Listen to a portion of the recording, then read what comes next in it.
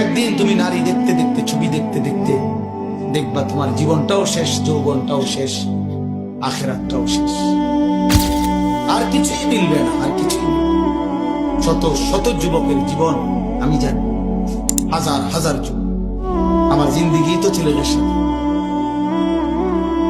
আমার জীবনটাই তো ছেলেদের সাথে। আমি তো শুনি বাপ। অতএব নিজের আখলাক সুন্দর, আমরা আখেরাতের জন্য, আমরা মুসলমান, আমাদেরকে আল্লাহ দয়া করে পছন্দ করে এক শ্রেষ্ঠতম নবী দিয়েছেন, এত বড় শ্রেষ্ঠতম রাসূল পেয়ে আহা যে পথ হারা হয়ে গেল, তার চাইতে বড় অভিশপ্ত আর কেউ হইতে পারে।